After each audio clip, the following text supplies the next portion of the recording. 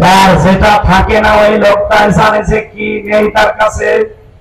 আমার যেহেতু কণ্ঠ এখন নেই, কয়েকদিন আমি বারবার এখন আল্লাহর কাছে ধর্ণা দিচ্ছি, আল্লাহ তুমি কণ্ঠটা একটু ভিক্ষা দাও। আপনার এখনই যদি বাক শক্তি, আপনার আকেল শক্তি যেটা জ্ঞানের, এটা যদি আল্লাহ রহিত করে দেয়, আপনি নিজের পায়খানা নিজে খাবেন। আল্লাহ পাক বলেন এই রব নামের কারণে মায়ের পেটের ভেতরে আমি আরো 5টা জিনিস তোকে দেই। 8 আর 5 বলেন 11টা জিনিস 6 মাসের পরে যখন এক হয়ে যায়, তখন আল্লাহ পাক বলেন ফেরেশতারা জিজ্ঞাসা করে একে কি বানাবো? আল্লাহ বলো একে কি ছেলে বানাবো না মেয়ে বানাবো? 3 নাম্বার অর্থ এটা আমাদের জীবনে মিলছে না। কোন জিনিস চাওয়ার আগেই যখন উনি দান করেন, খাবারের প্রয়োজন দেখা যাওয়ার পরে কোন ডাক্তার, ইঞ্জিনিয়ার, মা বাবা খাবার পৌঁছিয়ে দেয়নি। আল্লাহ পাক বলেন তোর মায়ের মেশিন গোসল বন্ধ করে ওই খাবারটা তোরে খাওয়িয়েছি আমি। মুখ দিয়ে না খাওয়িয়ে আমি খাওয়িয়েছি তোর নাভি দিয়ে। মুখটা পবিত্র রেখেছি এই কারণে যেন মুখ দিয়ে বাবা খাওয়া না হয়, ডাল খাওয়ানো হয়, মানুষের সম্পদ আত্মসাৎ করে খাওয়ানো হয়। এই কথাগুলো পবিত্র জীবন তৈরি করার জন্য আমি মুখ দিয়ে নাপাক রক্তটা না দিয়ে নাভি দিয়ে দিলাম।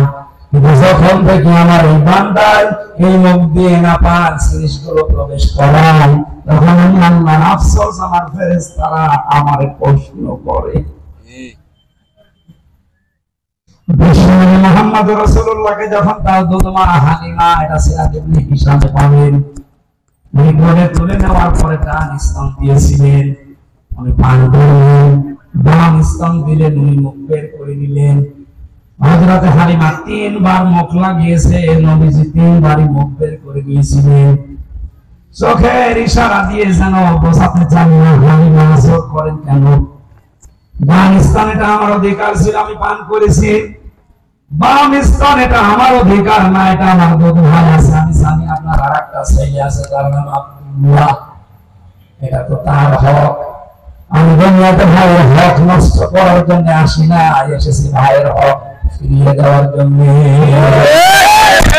সেই নবী মায়ের কোলে বসে ভাইয়ের হক ফিরিয়ে দেয়, সেই নবীর উম্মতেরা আজ ভাইয়ের সঙ্গে জাল দলিল করে কাশি করেছে, খাটেছে। মানুষের সঙ্গে জাল দলিল করে ফাঁকি দেওয়া মানুষের ছেলে নেই? আমি ছিলাম প্রথমে 2 তলায়, আর শহীদ আর্মি নামে এক লোকে এখানে বাড়ি, এই গাজীপুরের পাশে কোথায় পড়বো স্যার, বাড়ি চাঁদপুরে, এখানে ঘর জামাই থাকে। আমি নাম ধরে বলে দিলাম, ওরা যদি পান আসবে ও বেটা আমার সমান নামাজ